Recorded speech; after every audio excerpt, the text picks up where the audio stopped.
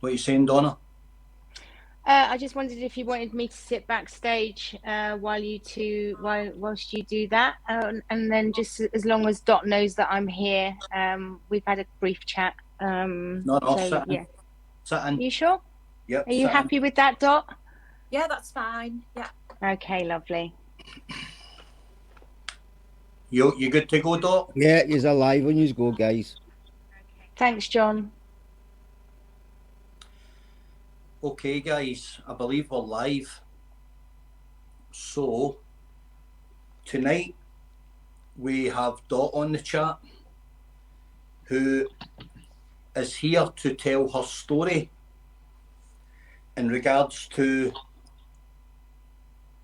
her relationship with Derek Gordon Heggie. Now, before we go into that, I'll just give you a quick insight into why I'm here and what it means to me personally. So, in my own life, Heggie contacted me in order to go on his podcast. And I was pretty clear from the off that I was aware of some trolling stuff online, of which I was absolutely assured was all fraudulent and stuff. Hindsight's a great thing. We're not all blessed with it. And in retrospect, having done my homework on him and had the podcast removed, I am here because he lied to my face and hid the most disgusting, devious behaviours, and thought that he could continue to dupe guys like myself and build a podcast and try and compete with other podcasters and build a legitimate reputation and a name for himself as a decent guy. But he's not a decent guy, he's an absolute scumbag. And everything that you're going to hear tonight is 100% verified. It's backed up with numerous police reports. All the dates have been checked out. Everything I say is the truth. Everything you're going to hear is the truth. And I will stake everything I have on it tonight, that what you hear is 100% accurate information directly from a survivor of this guy. So I'm going to bring Dot into the chat. I'm going to introduce Dot to you. Hope everyone is in support. And we're going to get right into it. And it's not going to be easy for her. And what she's doing here is a massively brave thing. And John and Donna are hosting it because they've been in this from the beginning and they will be here till the end. So, Dot, I want to talk to you now, and I just want to start by saying thank you for doing this. This will be a massive strength to other women out there who have unfortunately became entangled with this guy. Yeah, So, I just want to say thanks to everyone and the support, Alex. Yeah. Thank you. That's all right, Dot. We're here for you. All of us are here for you, nobody else. So, Dot, we're going to start from the very beginning. We're going to go back to 2012. And I just want you to tell us just a little bit about your life at that point and the initial meeting with this guy. You've told me before, I know the story, but just let's hear it from you, Dot, how you came across him. Yeah, I was an outgoing girl, loved my horse riding, confident in every way, held a brilliant job, never been unemployed, apart from at this time in 2012 where I was made redundant after 11 years. So I had a friend, a very close friend, and we went out into town in Carlisle, had a drink. One drink, we'd been to the pictures and I was driving back home.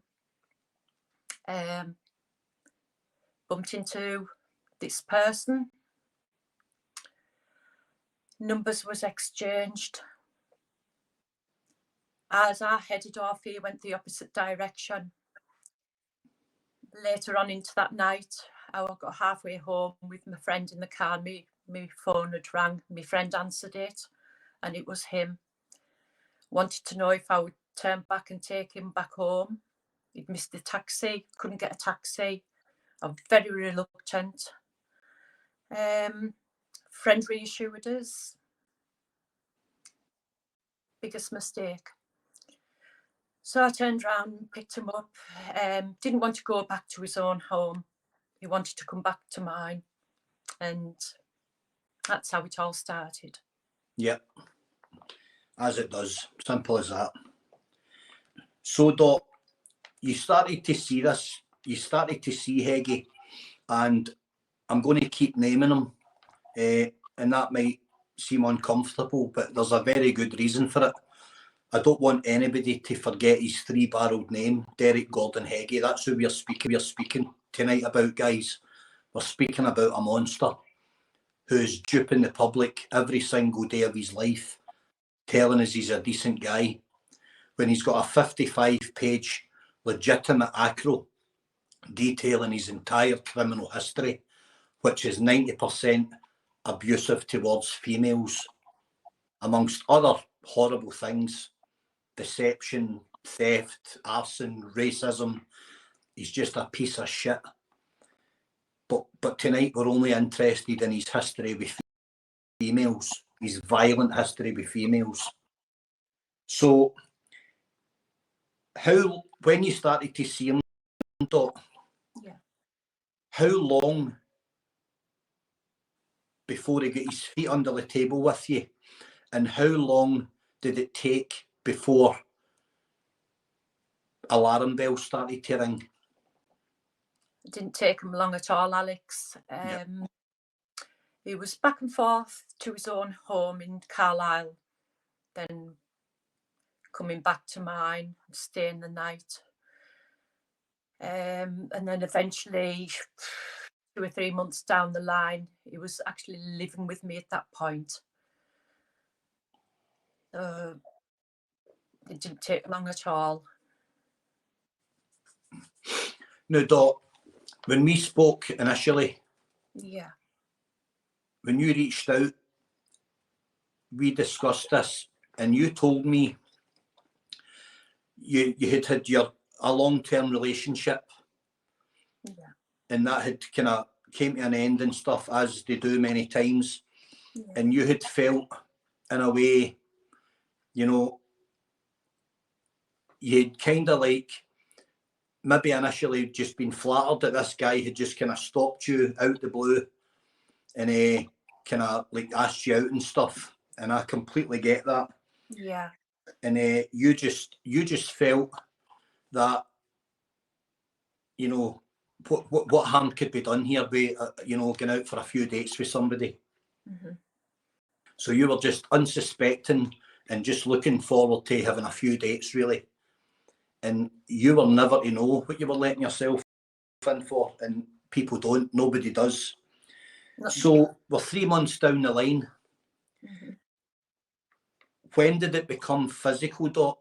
I know there was mental stuff. I know he was having certain behaviours repeatedly, kind of coercive stuff, and just kind of, you know, trying to dictate the narrative to you, and maybe he was kind of putting you under pressure, I believe. But Absolutely. when did it first become physical? Bear in mind, we're only 3 months in here. Yeah, there was an awful lot that went on. I find it very difficult, Alex. It's been locked away for such a long time, and I had moved on. I was 90% of the way into my healing after 2012, going back as far as that. It was just the nudges, the little pushes. Yeah. The pushes became into larger pushes. The kicks, the spitting directly into your face. And at this point, I just became pretty much weak right away. Very intimidated. Asserting his dominance on you. Absolutely. Yeah. Make no mistake. Absolutely. And bear in mind, I was an outgoing, confident lady. Yeah. So for the record, guys, I'm in no way qualified to host this. I'm a man, I'm 45. I've got a failed relationship, but we're in good terms. I've never been violent to a woman in my life. And I've had 3 girlfriends, and any of them would say the same thing. I despise it. I absolutely despise it. I despise violence against women. It's the lowest form of man that will clench his fists and be violent to a woman. It fucking, excuse my language, but it disgusts me. And what goes on behind closed doors with arguments and stuff, so of no concern to anybody. But when it gets violent and when it gets vicious, then it's everybody's business. And as men, if we say nothing and look the other way and we know what's happening, then we're part of the problem. So I'm making a stand against it. And that's why I'm here. I'm here for Dot. I'm here to bring this guy to an end once and for all. So we know it's getting physical, Dot. We know about his behaviours because there are other women out there that you don't know about that are coming forward, and they're all saying the same thing about him. That's his modus operandi, his MO. It's his behaviour. It's how he views women. He views women as commodities, servitude to service him. That's it. There's nothing else in it.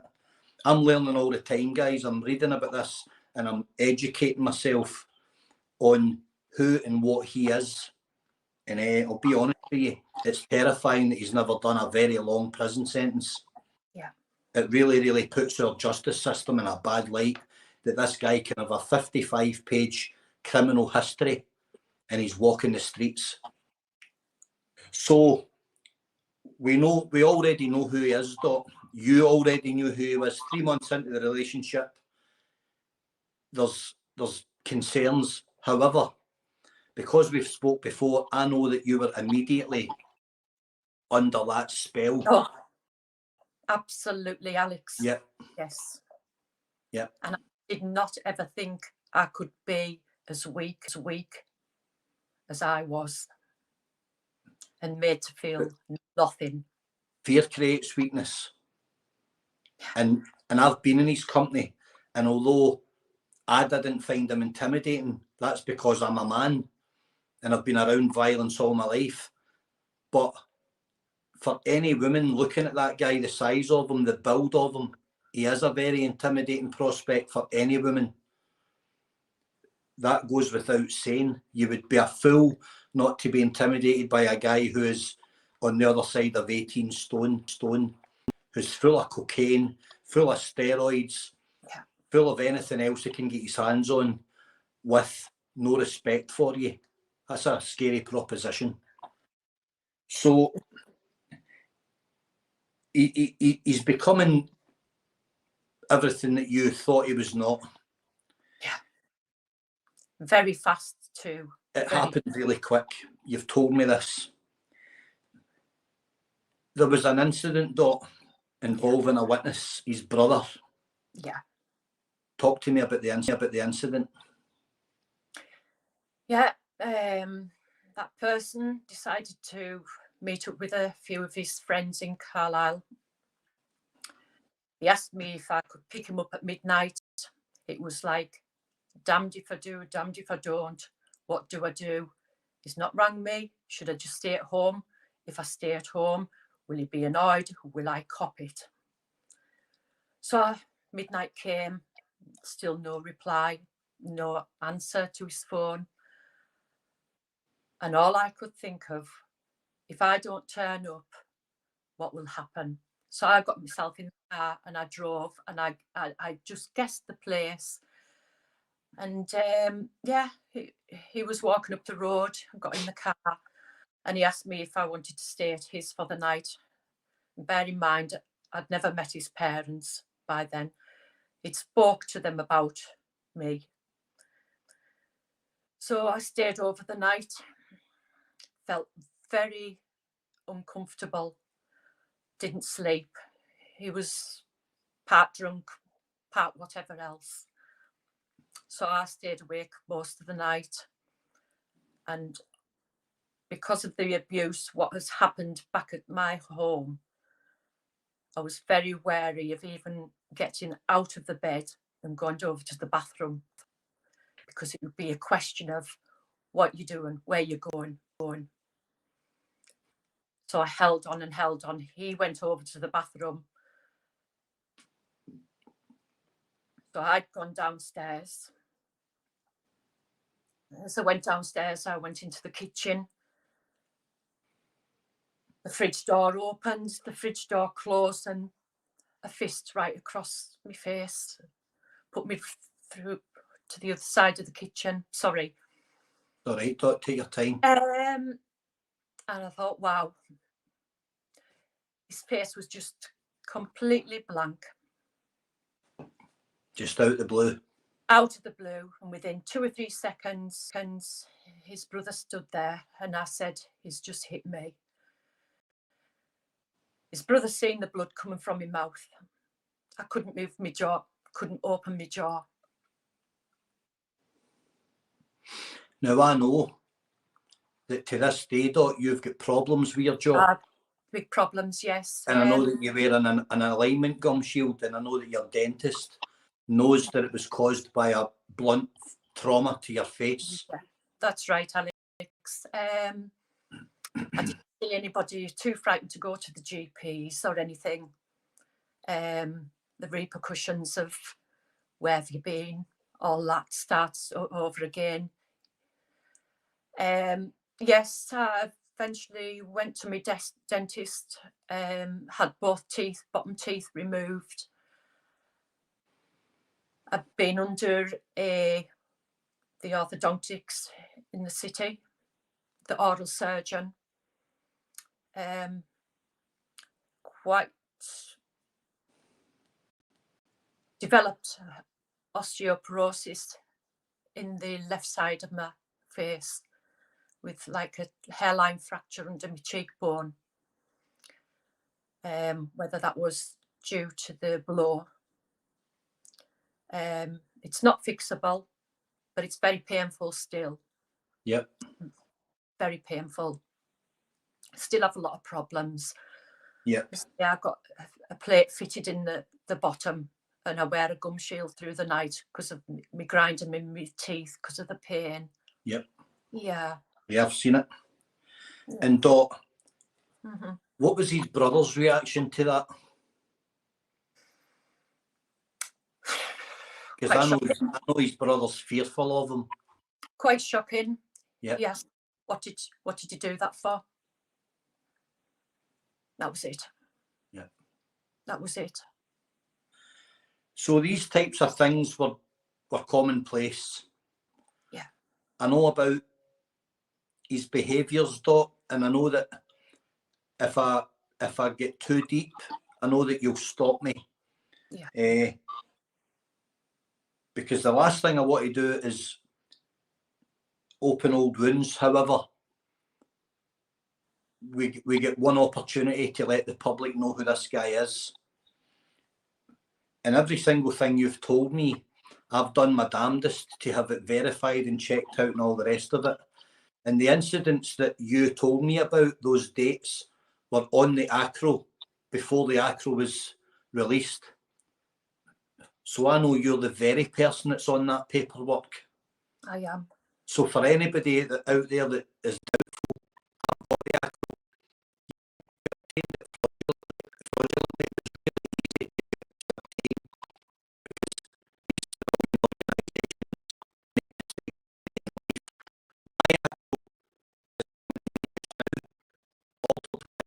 party, as easy as that.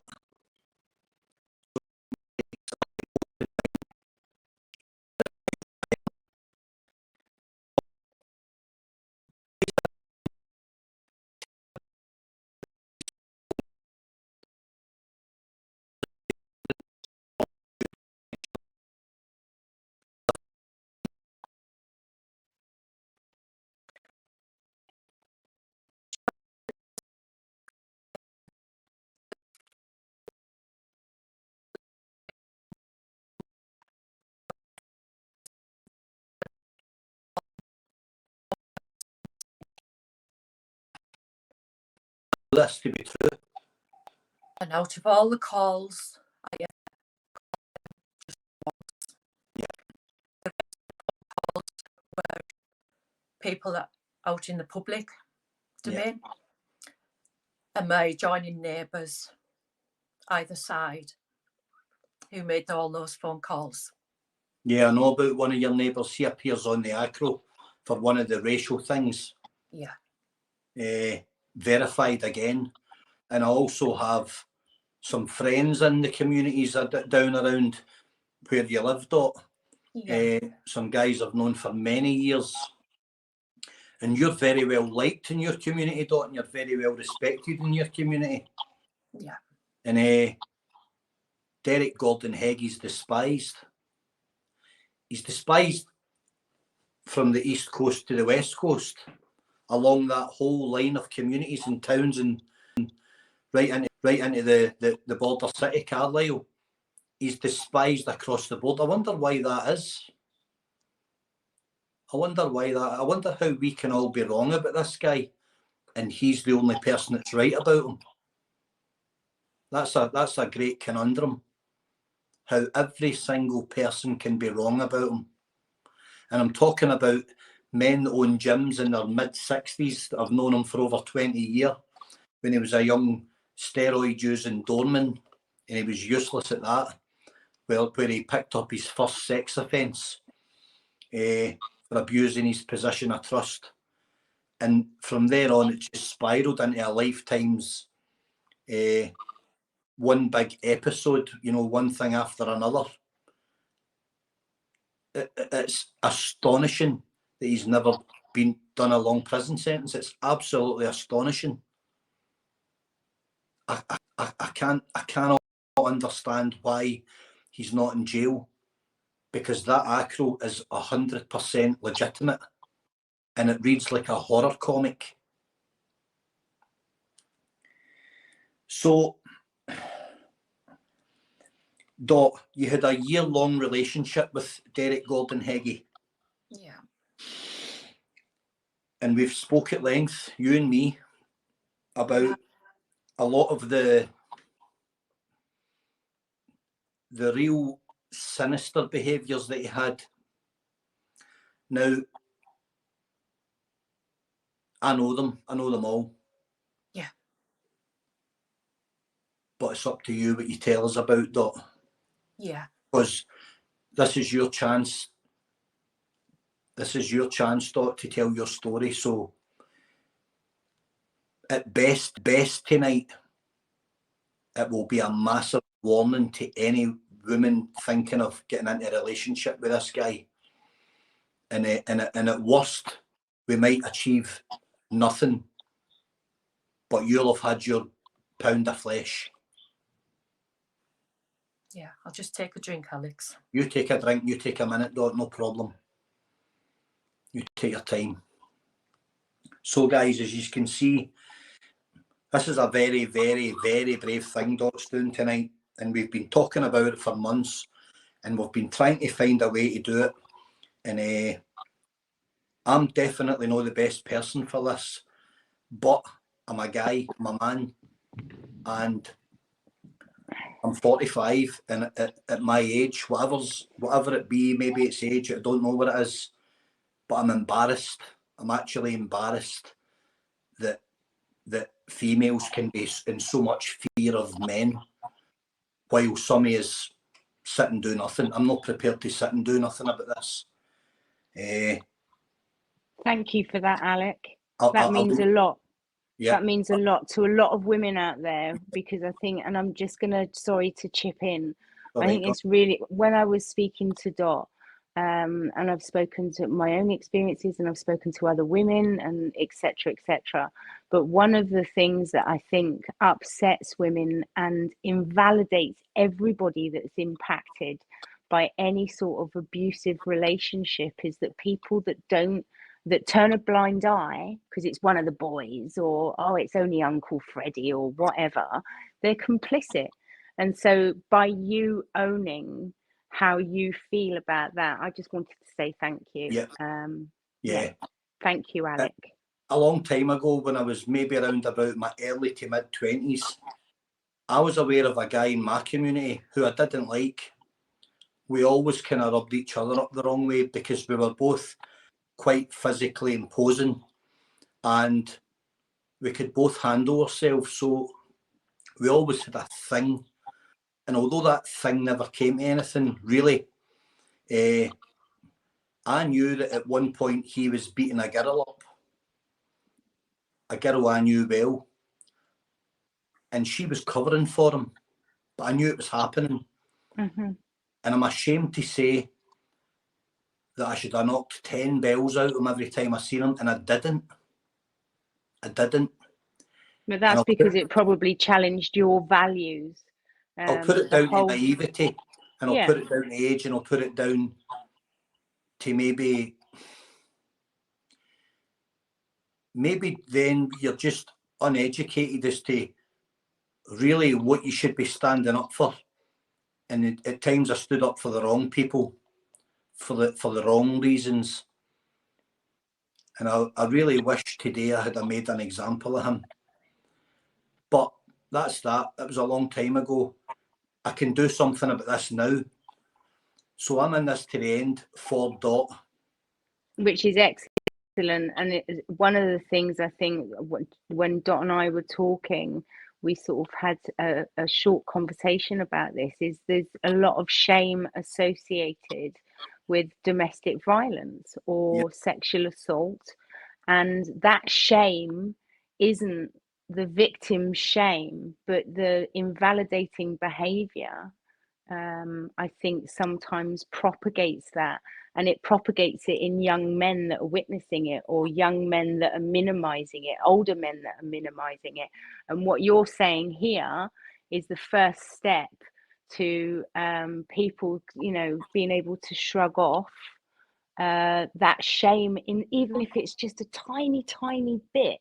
If one tiny bit of shame comes away, just hearing a man or somebody say, I knew that was happening, I'm ashamed, you've taken on that shame. And I'm not saying that you should be full of shame. What I'm saying is it wasn't the victim's fault, just as this isn't. People throw all sorts of things around, as I'm sure you've heard about this person. And it isn't, you know, why isn't he in jail? That isn't the victim's shame. That is the constabulary's shame and everybody that's been complicit by minimizing his behavior. Yeah. And you're 100%, Donna. And it's a difficult thing for me to speak about, because I'm asking the viewers to take me at my word, and they don't know me from Adam. It's easy enough to see me in my YouTube channel, living my life and talking about my kids and doing this and doing that, right? But see, at the end of the day, they don't know me. Mm-hmm. So the best that I can do is show my criminal history and say, well, look, you know, when I was 30, I got arrested for chinning a copper. When I was 25, I got arrested for fighting in a nightclub. But look, guys, there is never anything towards children or endangering women, kids. There's no violence to any lesser members of society, mindless violence on unsuspecting people, breaking taxi drivers' jaws for no reason, right? Just low-life, despicable crimes. He's got 55 pages of this. Mm-hmm. Please believe me, guys. Please believe me. I stand on every word I say. I will never, ever deviate from this guy. And he is everything that we've said he is and more. We're only scratching the surface right now.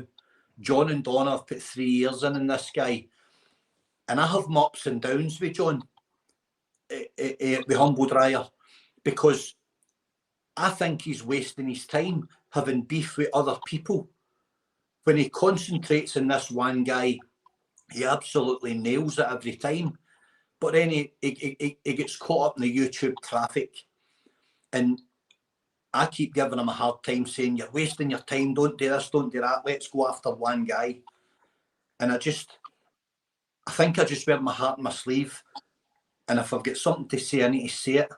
But what I think also also to a certain extent you're simplifying it, because where this has created traction, other people have come to us and spoken to us about other things, and whatever John does, John will be criticised for. I This know, is a very precarious environment, but right now this is about Dot, yeah, and this is about ensuring that Dot is validated by the people around her, saying you're right to have felt afraid, and don't listen to these people, or don't, yeah, they shouldn't have said that, they shouldn't have done that.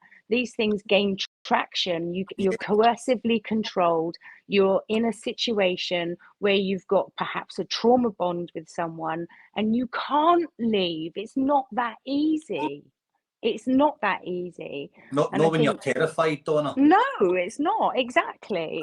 I've shared a room with the guy. I've sat on a couch with him, 100%. and I'll say it again. He is a big prospect for anybody. And you're not the only man to have said that to us. He's a big, listen, I can handle my own affairs. Men don't intimidate me, but he's a big prospect for anybody. He would take a lot of putting away. I would love a bite at the cherry with him, right? I can't even begin to describe my hatred for this guy. And if he engages me after tonight, brilliant. And feel free to engage me, Derek Gordon Heggie. You're right up my street. I'm the very guy for you. And that's no YouTube chat.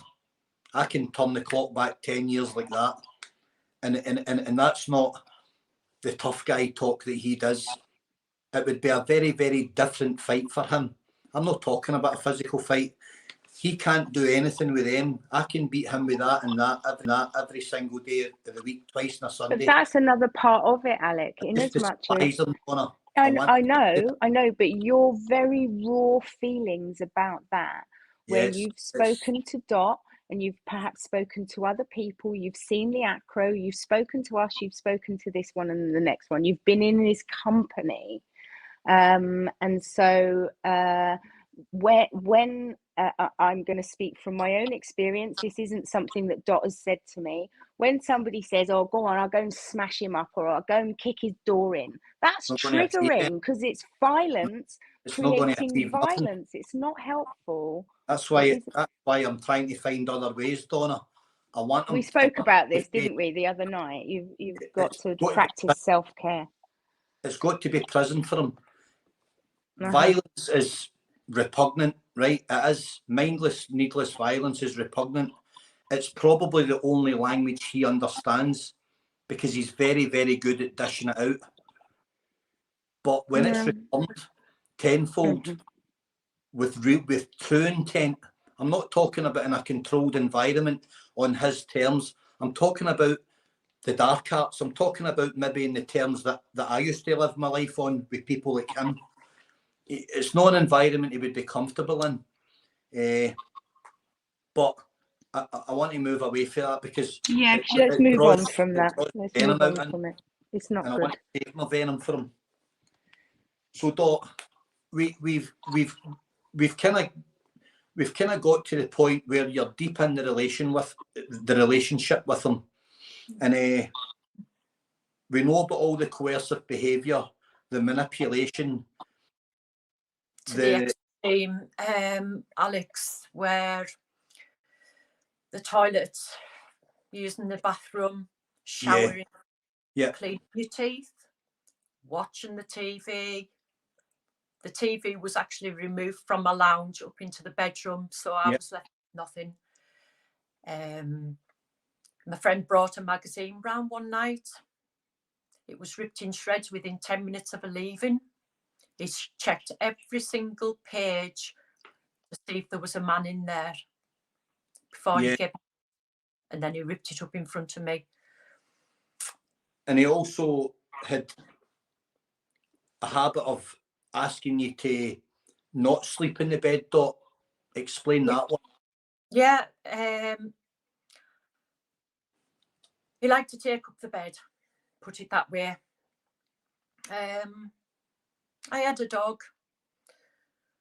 The dog came before me. I used to sleep lying on my side. That's how much space I had in the bed.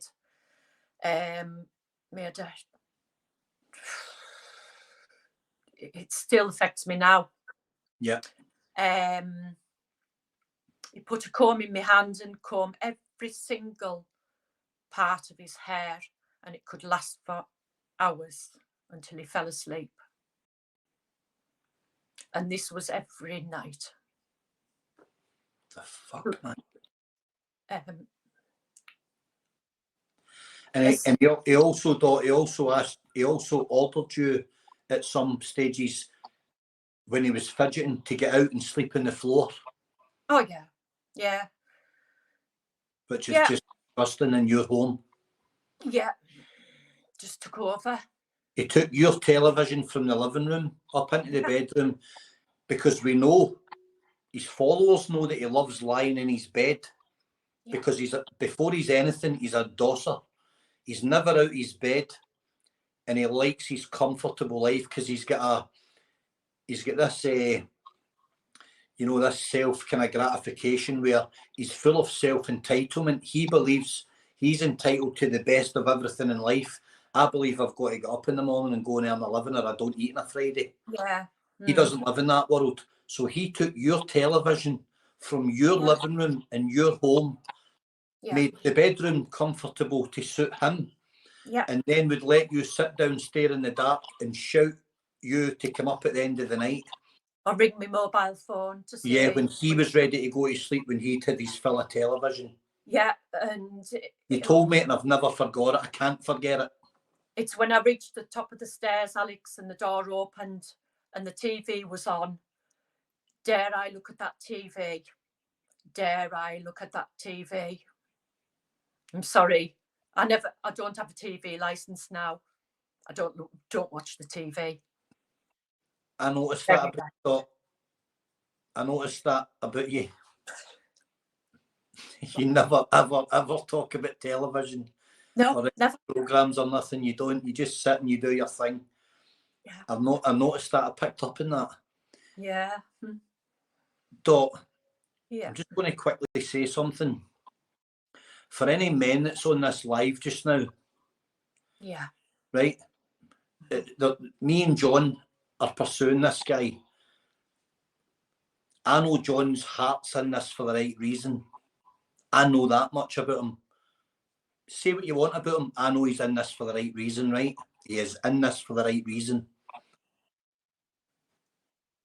If there's any men in this live just now, guys, if you are not currently disgusted with what you're hearing about what a man is doing to women in our name, then, you need to give your heads a shake. It was... We need to get on this guy. Everybody, share this far and wide, please, everybody. And let's get Derek Gordon Heggie's name up in lights where it belongs. When you go, Dot. Yeah, it was bad. Behind closed doors, you will never know what went on in there.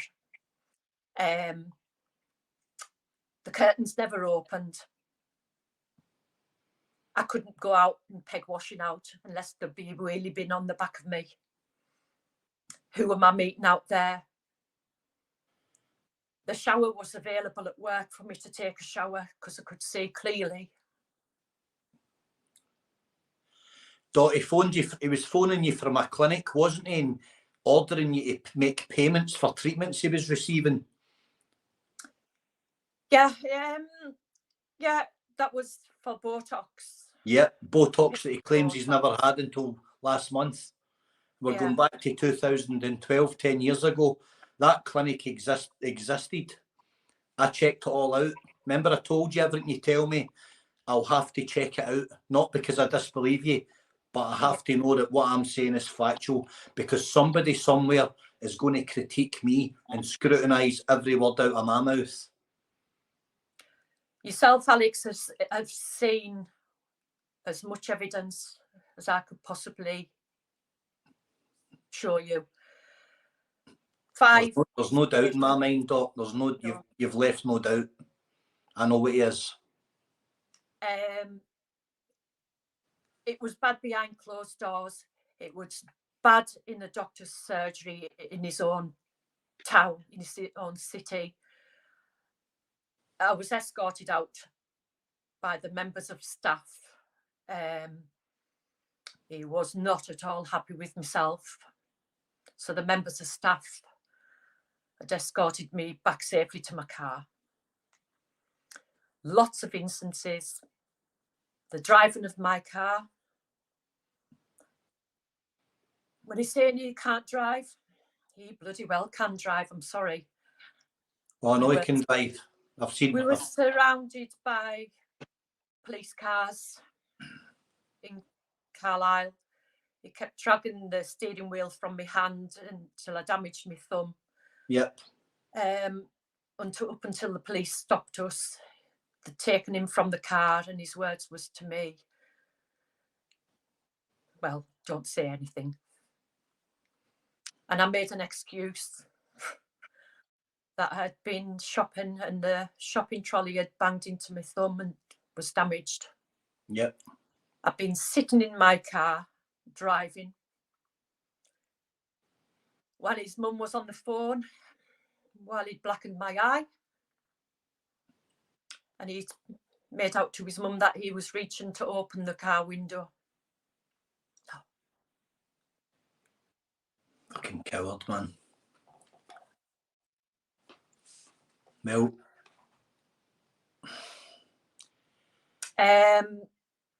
Dot, you're doing well, by the way, right? You're really well here. It doesn't matter. Makes me feel sick. It didn't matter what I wore. I came downstairs with a pair of leggings on. I got the biggest, and I mean the biggest kick up my backside. And I thought I'd broke my back. That's how bad it was. All because I wore a pair of leggings. I never went anywhere. And if I did, I was blind. And I mean by that, I was not allowed to look either side of that road. I was never allowed to look or speak to anyone. Daughter, remember that you said to me when you approached a junction in your car? He was my eyes. He would be your eyes. I remember you exactly the way you said it to me. And when you said it to me, I looked at you and I was like, did I just hear you right? Yeah, you did. Because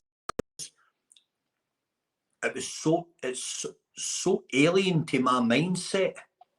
I had to start. You had to sit and stare directly ahead, and he would look left and right in case there was some young guy or something stood at a pelican crossing, because that would immediately enrage him that you might have made eye contact with some young handsome guy. I'm afraid so. I remember you saying it to me, and it stopped me in my tracks, because I was like, I can actually picture him doing it. And for a woman to start recovering herself back to making eye contact and having a conversation with a guy, that was the toughest thing a woman can ever do. Yep. When I met him, Dot,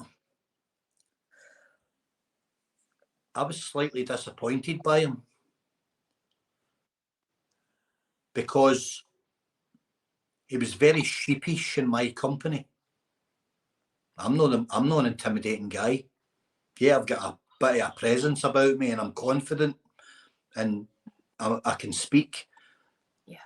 But I'm never at the bully with anybody. And he was very coy and very sheepish. And it was immediately apparent to me that he lacked confidence in the company of a confident male that could outspeak him, outthink him, outsmart him. And he brought nothing to the conversation, nothing at all. And in hindsight, talking to his former editor, John, a lovely guy, John said, I've never seen him acting like that, doing other podcasts. He was totally weirding about you. He was sitting there and he slumped down into the seat, like almost submissively. I've been in the company of some real serious men over the years, and they present themselves in a certain way, and you know, they're big personalities, and I can recognise it. And he slumped down into the chair, and I don't know. It was afterwards. I was thinking about it, and I was like, well, that didn't really go the way I thought it was going to go, and he's not really the guy that I've been seeing what he portrays online. What he portrays online is false. It's completely false. Nothing real. It's completely fabricated. As I sit here right tonight, I'm exactly the same tomorrow lunchtime, Wednesday afternoon. This is me. This is the way I speak. Yeah. I try and be fair with everybody.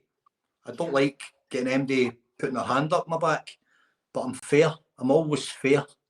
Anybody that knows me will say that about me. And I try and treat people decently. There was something amiss in his personality. He had absolutely no charisma at all. Nor did he have any conversation. He couldn't hold a sentence. Stone cold, I'm afraid to say, and as times I do, as strange as it may sound, Alex, as times I think I feel sorry for this guy, but if I hadn't been with him, I can understand you, Dot. I would be drawn into that sympathy. There are times when I've looked online and I've questioned myself and I've said, yeah, am I right about this guy? And I always go with my head and my heart. I play them off against each other, and I try and find a kind of equilibrium. Yeah. And it's never let me down in life. And I say to myself a few times, am I right about this guy? Am I going after this guy and I'm really going to get this right? Because if I run this guy off the end of the world and I'm wrong, then I publicly have to denounce myself that I'm wrong. But I'm not wrong. I know I'm right. Today, right now, I know I'm 100% right about this guy. I've read everything. I've pursued people that have wrote little subtle tales and comments and comment sections. I've contacted people. I've linked the bits of the jigsaw. And then when I add that to the work John and Donna's done, and to the work that other people have done, and link all the pieces of the jigsaw together, it is an absolute horror show. There is plenty in conducting himself. Yeah, there's plenty of evidence there. It's about myself. Massive. And there is police footage on body camera. Yeah, there is. And I know that the police asked you to testify against them. That's right. Yeah. And quickly tell us, I know the answer, but quickly tell the audience, Stop, why you decided not to testify against Heggie. Yeah. I'd came home from work that evening. I can remember having my uniform on. I'd started a new job and I headed to the bathroom and it just all kicked off. Bear in mind, there was recordings placed in either side of my neighbouring homes, voice recorders placed in their houses because of the extent of what was going on behind the closed doors. The lady next door, her little boy slept with her. He was frightened because of the outbursts. And the police wanted her to put a statement in, and she declined because of the repercussions and the comeback, if there was any. She had a young family, lovely lady, lovely couple. Yeah. But yeah,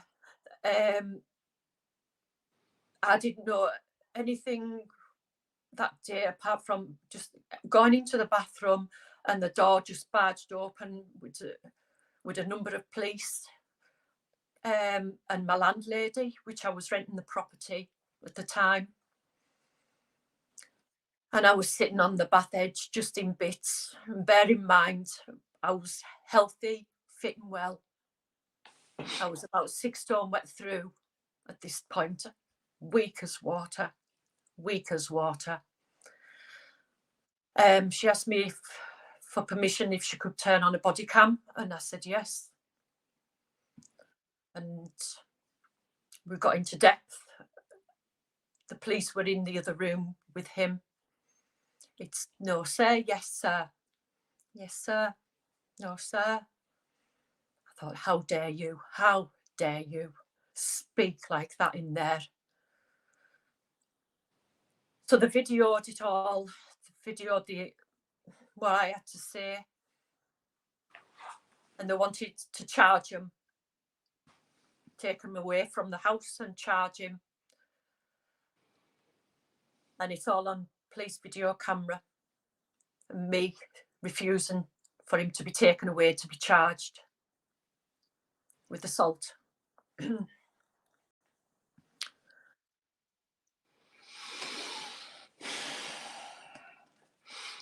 Dot, I've spoke to you so many times, and Yeah. when I come off the phone to you, I always feel like phoning you straight back again to ask you if you're all right. Yeah, I'm because, fine. Because I feel sick that by going out for a couple of dates with somebody, you had the worst year of your life at the hands of a manipulative, coercive, narcissistic beast. I'm going to say this to any lady, yeah, or even gentleman, it happens to them. Oh, it does, aye, definitely. When someone is saying, just kill me to get out of this misery what I'm in, that is serious. That's deadly serious. It is serious. And when a police lady, an undercover police lady, that thing does not know about that, because he wouldn't allow the curtains to be open. I stepped outside my front door. Yes, my front door. 2 minutes. And there was a voice shouted, Dorothy. And I looked over and she just unzipped her jacket. And she was an undercover police lady. She wanted to leave, asked me to leave the property within half an hour, go to a friend's, it doesn't matter where, we need him out. Because the next time we're called, you'll be coming out in a body bag. And that policewoman tried really hard to get you. She did. She did. Yeah, she did. You've told me this many times. Always the same version. And that policewoman is still a policewoman. And, you know, all of these people that witnessed all of these events can all be got to. They can all be traced. 90% of them can be traced fairly easily. Everybody knows what went on, Dot. But the public don't know. And we need to reach out and we need to get through the very last of them. My hometown, yeah, certainly Alex and my hometown certainly knew what was going on. Yeah, they know. I know that they know. Your community know. Everybody knows. They've witnessed it. Yeah. When did you talk to us quickly about? Yeah.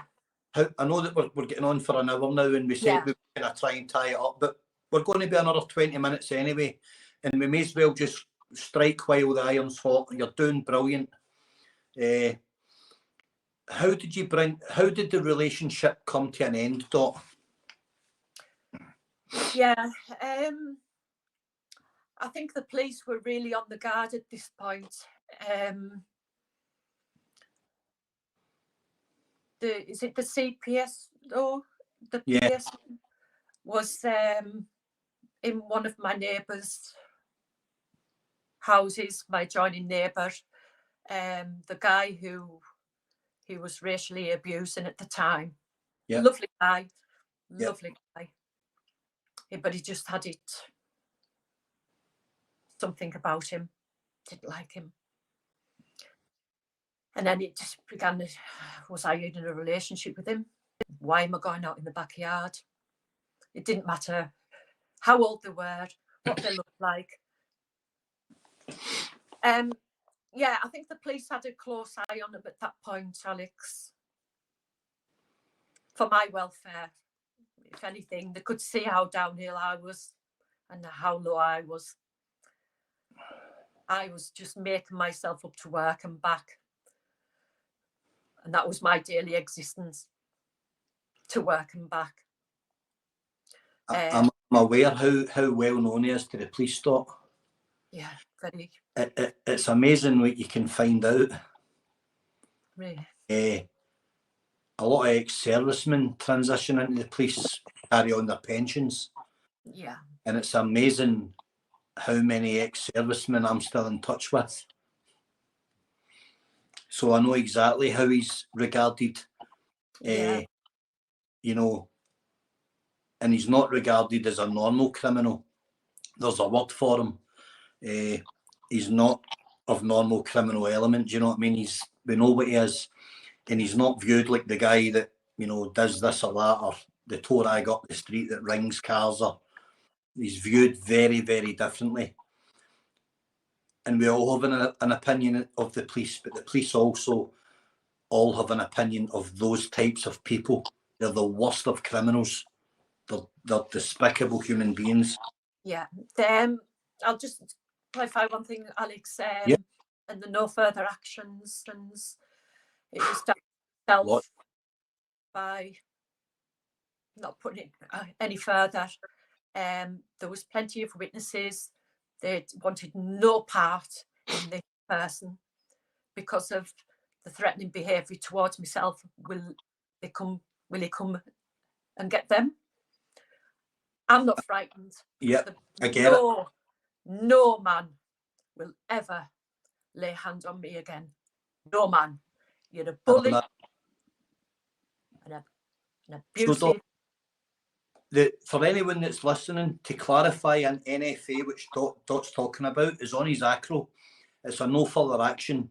It's what the police do when they believe, when the CPS, the Crown Prosecution Services, believe that they can not get a 60 or 70% chance at success for a prosecution. It's 70%. It's a 70% chance of conviction, but the law isn't the same in Scotland. I know there's a difference, but I'm just trying Big difference. It's really unfortunate that Dot was over the border. It must have been a great shock to Decca to find that it was very different up here. And by Jove, it is. So he would have just been removed from the property, and Dot wouldn't have even had us. We spoke about this, didn't we, Dot? It's really, she's been failed so badly by police procedure. Mind-boggling. It's abusive. It's invalidating, and it's abusive in itself. But we know this anyway, Donna, because you and I have spoke about the microscopic percentage of rape cases that actually result in convictions. Well, and there's a microscopic number that are actually reported. Yeah. So if we I think this calls for a bit of a flowchart, really, just so that people realise this isn't your shame. It isn't your shame. This is the establishment's. This is the establishment's shame. I'm so, I'm angry. You both know how angry I am about this. Yes, I think Dot really needs to speak to the set, and anybody else that has been impacted by this. The Centre for Women's Justice are more than conversant with Derek Gordon Heggie, and anybody that's hearing this that has got similar experiences with him or somebody else. You don't have to necessarily prove that you're telling the truth, because often is the case. Interview techniques can eke out information, and I don't feel that Dot was afforded that possibility.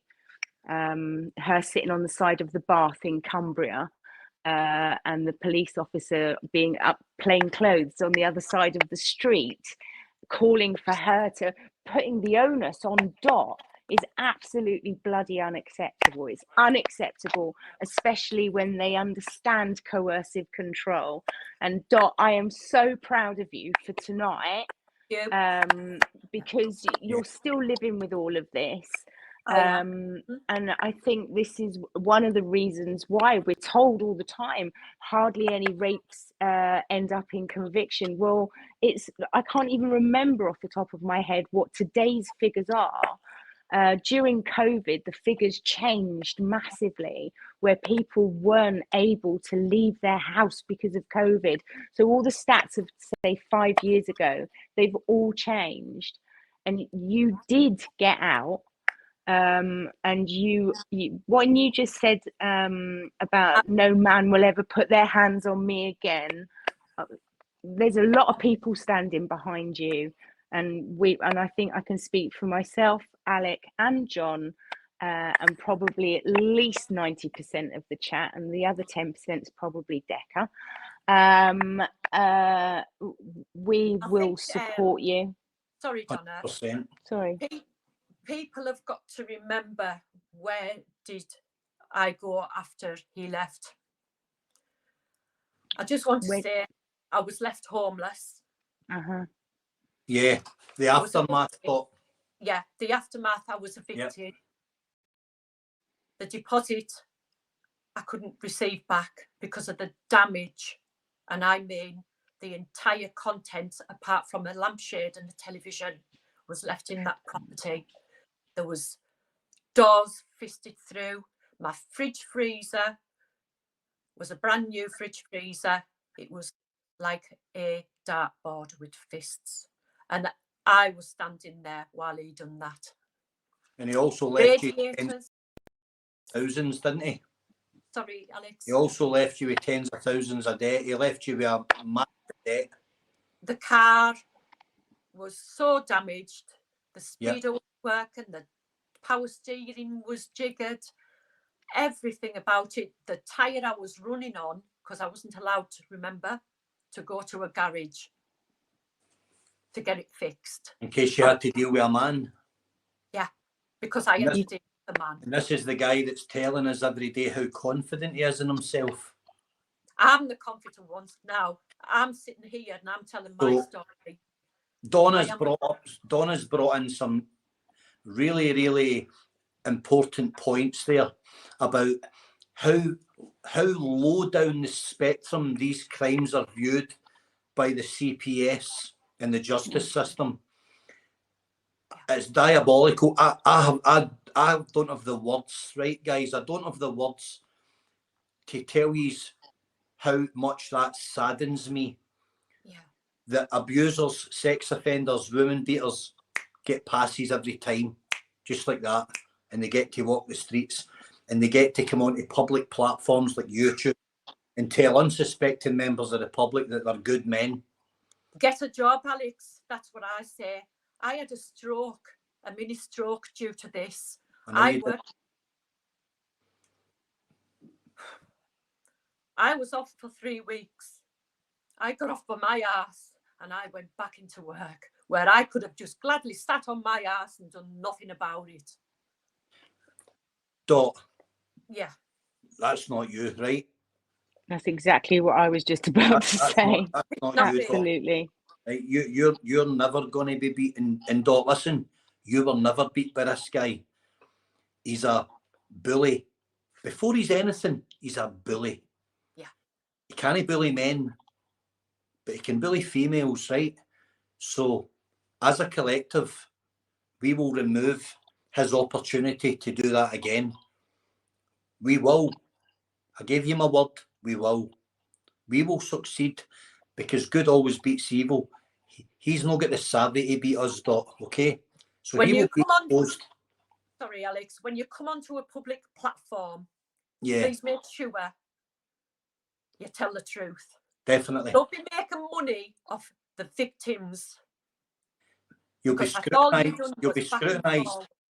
Every word you say will be dissected. I've experienced that when I was exposing stuff in Glasgow. Every word scrutinised, dissected, analysed, rehashed and thrown back in my face. always by faceless trolls, never ever anyone under their own name, which I trade under because I want full accountability and I want full traceability. And if somebody has a gripe with me, I'm easy to contact. Anyway, Dot. I'll just pop it on charge, Alex. That's okay. Okay. When we spoke about the aftermath, Dot. Yeah. We don't even need to elaborate because we know the effect that he's had on you and is having on you 10 years down the line.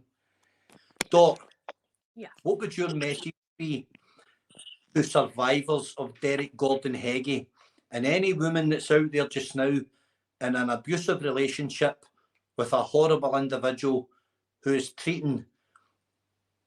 could be treating them like he treated you, but particularly to people that have been at the hands of Heggie? What's your message to them, Dot? This is your chance. If you ever, please, my word, if you ever have a relationship with him, please do your checks. The checks are in the police station. It can be given to you. Do not, and I mean do not, go anywhere near. That's all I'll have to say. That's pretty black and white. That is black and white. If I could have showed you a photo of before and after, you'd be shocked to when I come out of that house. That undercover police lady, I was close to being in a body bag. And this is done behind closed doors. Well, of course it is. It always is with cowards. Yeah. It always is with cowards. Yeah. I think it's fair to say that we haven't even gone through this. This is a really triggering for you. It's going to be triggering for people listening to it. But this doesn't even represent a full 80% of what he's done to you, does it, Dot? Absolutely. No chance. No. We're only scratching the surface, Donna. Absolutely. Because Dot is a lovely woman who has her pride and everything else, and has her respect and her privacy. And like I said at the beginning, I wasn't questioning it. I was just saying, just so that if anybody's watching it going, right, well, there's this, and this. No. We've literally, you have eloquently scratched the surface to provide an illustration. Dot and I spoke about this earlier as well. I've tried not to go too deep, Donna, because I'm kind of embarrassed. And rightly so. I feel embarrassed, right? And if anybody knows me, look at my complexion, and I'm kind of blushing with embarrassment, right? Because I'm a man. And I'm actually cringing with anger, and I don't even know how to describe how he makes me feel that he's done these things. And if I meet a woman who might know me from social media, you say to yourself, I wonder what they actually think of me. Do these people trust me? Because there's people like him out there plying their trade. The simple answer is probably not on the first from the outset. Yeah. But that's, I think the hardest part through all of this was sitting back, just watching. And did anybody really think, was there any genuine victims? There was. I'm here. I think there's dozens. Yeah. Guys, I spoke the other day to somebody and I said, when you look in his acro, it goes back to the mid-90s, 95, 96 from memory. I'd need to check. And it starts to show you a picture of how he's developing his mindset and how his behaviour's developing. In 1996, 97, I was in the Royal Marines. I was 18 years old and I was getting by on my pride and my grit and my determination. I was trying to give a good account of myself. He was abusing females in CARLISLE. So his behaviour's escalated over the years, where his second nature, whereas an argument's enough for me with a woman, right? That's where I draw the line. An argument, I don't want to argue, I'm out the door. His second nature is just to smash a woman. Doesn't even think about it. Yeah. I just want to say something, right? I've put a lot of time into this, and I've not put a patch of time into what John and Donna have done. And I've spoke to Donna a few times, and Donna has trusted me a tiny wee bit enough to enlighten me to some things. And hearing it time and time again from women coming forward who build up the strength to let us know what's been happening. This is his behaviour's off the charts. He's out of control because he's got people under his spell. So his confidence is up. He thinks he's winning the fight. He thinks we're all backwards and buttoned up the back. None of us are. I'm maybe tongue-tying myself a wee bit here. I'm trying to say to everybody that's listening tonight, I'm really grateful for you coming on and listening. I kind of strong-armed Donna and John tonight to let me lead this. Let me explain why. Donna would have led this in her own way, but I put myself up for this tonight because it's been gritting on me so much lately that I felt, just in the way I speak layman's terms all the time, that if it came from a man who's embarrassed by another man's behaviour, I just want you to know that my heart's true. Everything I say tonight, I've checked out and I've checked out again. Dot's story checks out, guys. Please be under no illusion about what Derek Gordon Heggie truly is in life. He's a vile, repugnant individual. And I believe he's absolutely capable of taking a woman's life. I believe that with my heart, and I don't say that lightly. I'm no scaremongering anybody. I don't set out to scaremonger and make statements that I can't back up. I truly believe he's got a point where he will break and he will seriously damage somebody permanently or kill somebody. That's where I'm sitting with this. And everybody that's listening tonight, make your own minds up. Check me out. Ask me anything. Check us all out. You'll have your opinions. Not everybody will like me. Not everybody will agree with me. It's not about me. Dot's come on tonight. Massive respect to you, Dot. Right? Your heart's that size. Yeah. Nobody heart of a lion, pure lion. Nobody will ever take that away from you, Dot. No. He's a blip in your radar. That's all he is. He's a blip in your radar. He's not even worthy. After tonight, he's not even worthy of being mentioned out of your mouth. Yeah. Because he's a piece of shit. There's nothing more to say about him. He's history. I really didn't think a human being could actually treat someone as bad as that. I've had some close calls. Unfortunately, they're out there. Very, very close calls. So for women listening, yeah, you have options. If you meet a guy and you just want to know a bit about him, you have the option of the Clare's Law, the Sarah's Law, the enhanced DBS, and an ACRO. Any police station will give you them, and anybody, when you prove you're in a relationship or at the beginning of a relationship, you have the right to ask a man, if that man wants your company and you might have children in the house or something, if that man truly wants to be with you and he's a decent guy with no bad history, he'll have no problem showing you who he is. Alec, can I correct you a little bit? Alec, can I correct you a little bit with the most respect? Actually, it's not just people in a relationship with somebody. So hypothetically, if my friend is dating a man and I'm concerned about that man, I can approach my local police station or call 101 and I can speak to 101 or the police station.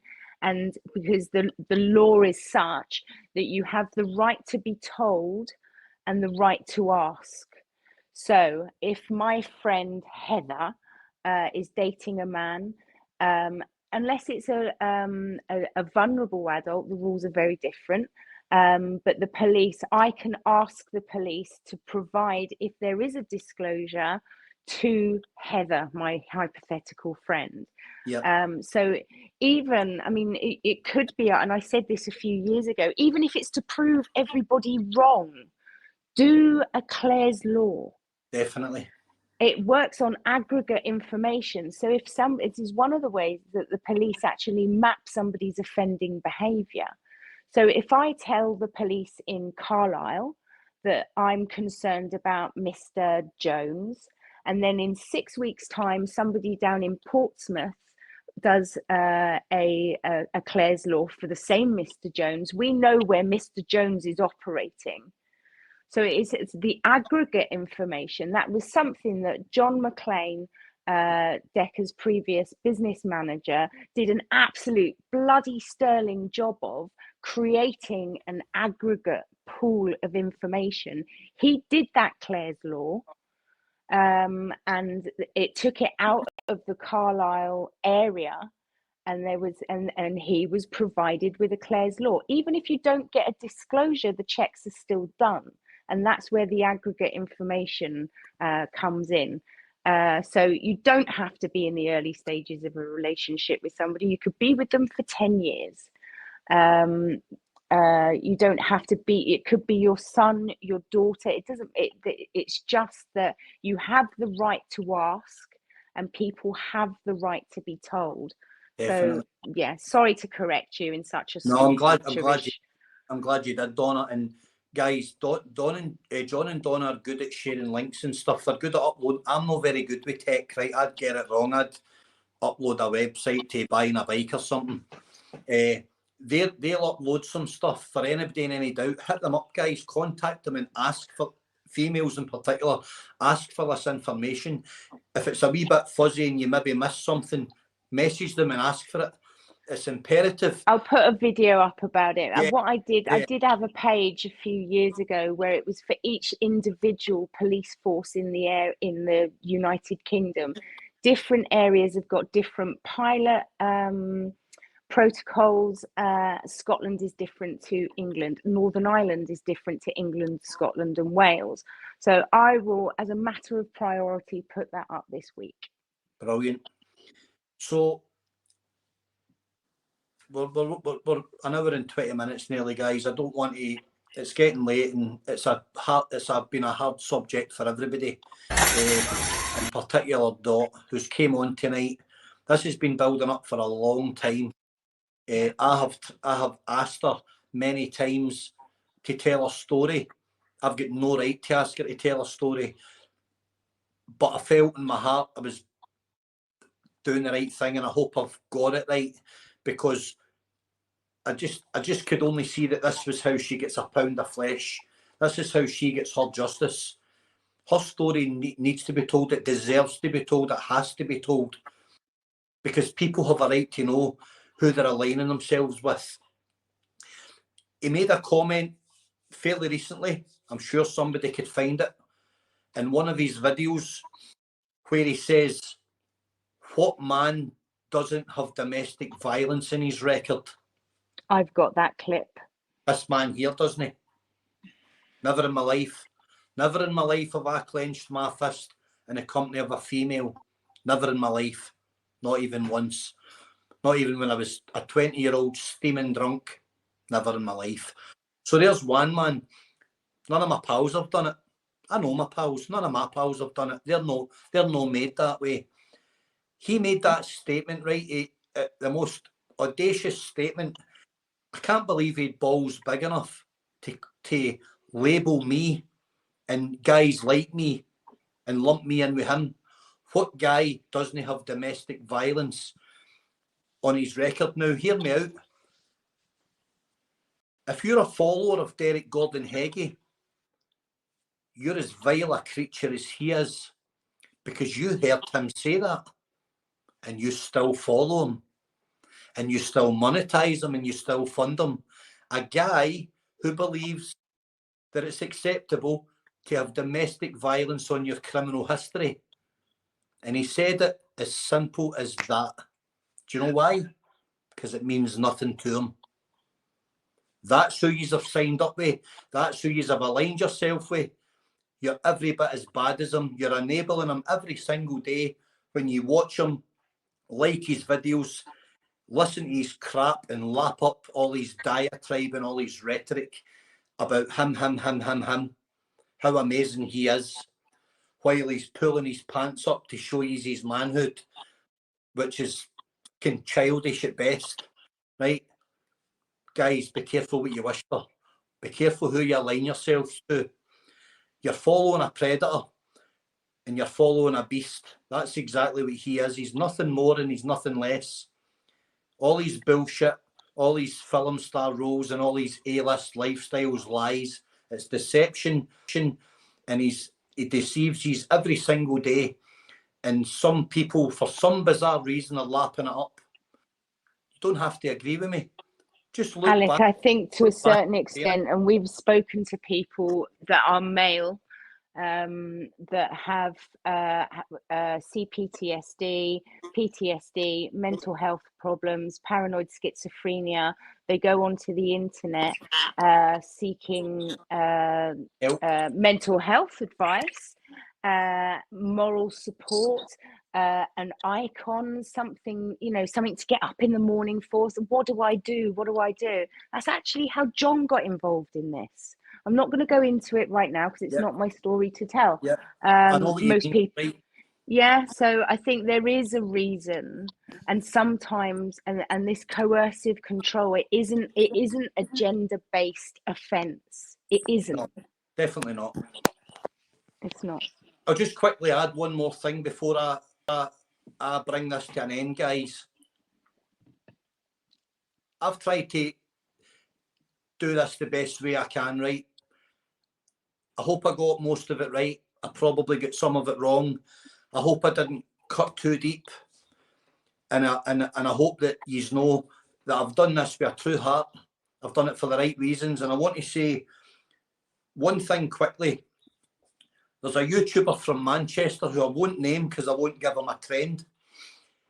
And when him and Heggie aligned themselves to one another, they got on like a house on fire. The old cliche, birds of a feather flock together. They got on like a house on fire.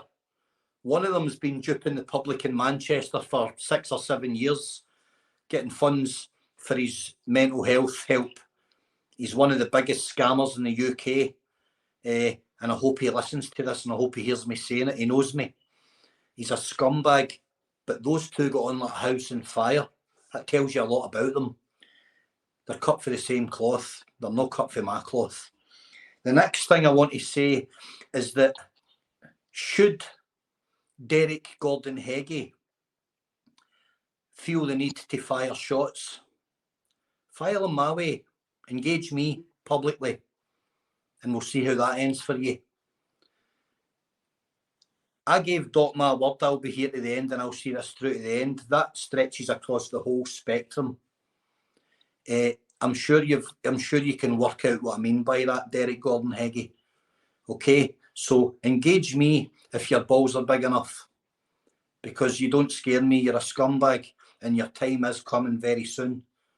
And I hope it's a really long sentence you get, because it's all you deserve. So thanks everybody that listened to me tonight. I'm going to ask Donna to bring this to an end and just quickly sum things up. And just in the way she does it, she's better than me at that. I appreciate her and John allowing me to bring Dot to their platform, because we need the numbers, we need the shares, we need the message out there. Dot, thank you for telling your story tonight. You are an awesome. Thank you, Alex. Thank you very much, Dot. So proud of you. You are awesome, and I'm delighted that you done it. You deserve this, Dot, and I hope you get the support. Okay. You've done an amazing job, Dot. Thank you, Alec. Thank you, Alec. And John, Donna, I know I pressed you tonight to let me leave this. You sprung it on me. But it means a lot to me, guys, that he's trusted me to do it, because it's hurting my heart, right, that he's out there. And I mean that, it's hurting my heart, and I'm not going to rest until we bring it to an end. All right. So I'll be straight with you, Alec. Alec, I was really worried about how you would manage this. I'm going to speak as I find. I think you already know that about me, that's kind of where I come from. And I was worried about Dot being railroaded or feeling, well, I spoke to Dot beforehand. So there was a couple of things that we spoke about, safeguarding things, and you've done a sterling job, and I'm actually glad that you did it, because I'm sorry, I don't want to be looking as if there's nobody he's ever touched in his life, because there is. I know, and we knew about your story since you know how long we've known, and I'm not the one to go on public platforms. No, 100%, and it just broke my heart. It broke my heart talking to you. There were things that you said to me that we knew had happened when we heard the voice notes with him and his mum, and he actually mentioned your name. And then when I spoke to you, I told Alec, I said, I'm you know, this is huge. So everybody needs to look after themselves, look after one another, and just make sure that the police don't get away with their organised crime such as they do. And I will help you. I told you that I will help you. I think this needs a serious case review. There's things that haven't been discussed tonight. We've only told you it's 10%, guys. It's 10%. And that was intentional. Dot needs her. I didn't even want. I was absolutely mortified when I saw your name on the screen. You have astounded me with your prowess, Dot, your strength of character. I'm not going to call you a survivor. You're not a survivor. You've got the heart of a lion. You didn't survive him. Something that's surviving crawls along the floor and it's barely surviving. That is not where you are. You're bigger than him. You're a bigger person than he will ever be. And from my house to your house, we send you love. Thank you. A little bit of love your way as well, Alec, but I thought you were a bit of a prick earlier. We'll be back. Right, listen, thank you guys, I appreciate it. Thanks everybody that listened. Have a think about it, mull it over, come to your own conclusions, but that woman right there tells the truth, 100%. Good night, and this guys. was about her tonight. It wasn't about the chat. Good night, chat. Good night, Dot. I'm going to say good night. I'm up at 5:30. I'll speak to you tomorrow, Dot. Take care, darling. Take care. Thank you. Good night, Dot. Night, darling. Well done. Bye.